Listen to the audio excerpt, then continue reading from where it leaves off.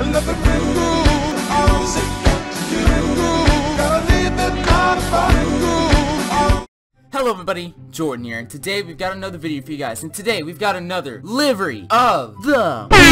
Alright, so today somebody had requested America West special livery for the 757, where's that comment? There it is! Okay, so today we have an America West Boeing 757-200 in the Phoenix Suns livery. Now, this livery's been long out of service for nearly 2 decades. However, in the late 90s and very early 2000s, America West featured a Phoenix Suns livery because, you know, they are kind of based out of Phoenix, and it seems only appropriate to support the state team.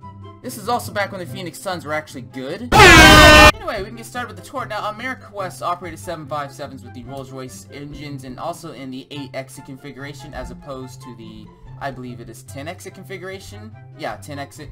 So, now this livery was a little difficult to do because you don't have a lot of space to run with, and you need to put the Phoenix Suns older logo with the basketball and the stabilizer, and then have like the sun rays go down onto the aircraft. And there's a lot of shading that goes along with the sunlight rays because they go from bright orange to kind of dark red-ish very kind of quickly, so it's a little difficult, but you know, it's fun to do anyways. So over here we have the Rolls-Royce RB211 engines. Now this is the newer variant of the Rolls-Royce RB211s. In case you didn't know, when the 757 was initially introduced, there was the older RB11 engine, which looked like the same one that was used on the L1011, but after a few years of service, the RB11 was modernized, if you will, and it's the shape that we know today. On the underbelly of the aircraft, it's like basically all chrome, but there's this one section where it's literally just all white for the underbelly. It was a little strange, but yeah. And then it switches back to chrome. So it's a little odd and unorthodox, but we can live with it. So we have the Phoenix Suns logo with the basketball right here, and then we have this black stripe that goes down through the windows of the aircraft. Now there's little white and orange outlines for the stripe, but again, I don't have the size for that, so yeah, we're dealing with this. You're also probably wondering why I have a miscolored nose cone, and I just purposely did that because in the pictures that I'm seeing from this, the nose cone is just a slightly different color, and you know, I thought it'd be pretty cool to do that, so that's why it's just a little bit different, but nothing serious. Alright, so at the nose gear of the aircraft we have just the nose gear, the gear doors, and the gear bay. We have the beacon light on the underbelly, as well as where the landing gear will retract into, as well with the landing gear right here. So yeah, I don't have a lot of space, but I'm pretty happy with how the gear turned out. No tail skid device on this aircraft because remember, this is the early 2000s. The 757 really wasn't equipped with that at the time, but yeah. On the upper part of the aircraft we have the logo light for the vertical stabilizer right here, as well as detail for the horizontal stabilizers. And for the wing we have flap details as well as the flap track fairings on the underside of the wing. And we also have the slats, which are represented by the cobblestone in front of the wing.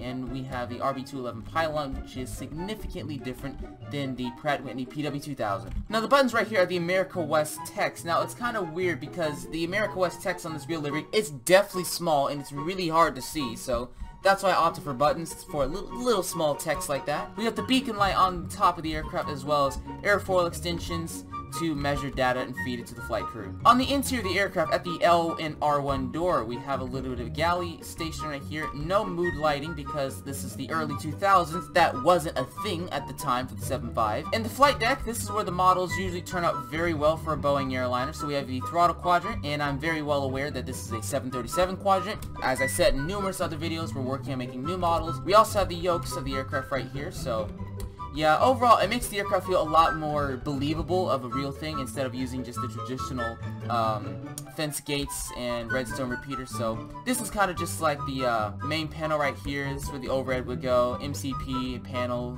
foot pedals, and then here's the seats.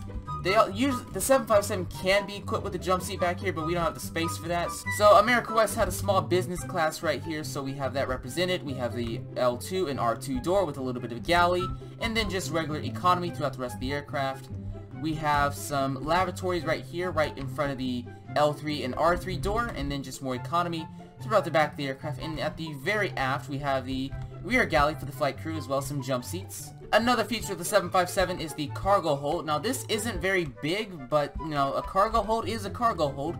So here's the forward cargo hold of the aircraft. As you see, We have some rails for the cargo to be slid onto. We have the frames, the wall frames of the cargo hold, and we can go to the aft cargo hold so you can see how literally it's the same thing. Forgot to mention, here's the fuel tank area of the aircraft. So this is just where the center fuel tank is. There's fuel tanks in the wings, but we don't really have space for that, so we had to opt for this. And lastly, here's the aft cargo hold, which looks literally identical to the forward cargo hold. Anyway, now that's mostly it for the livery today. However, my apologies for making this video kind of later this week. Simply put, the livery of the week for the last week got uploaded kind of late, so I kind of had to give a little bit of time before doing this week's livery of the week.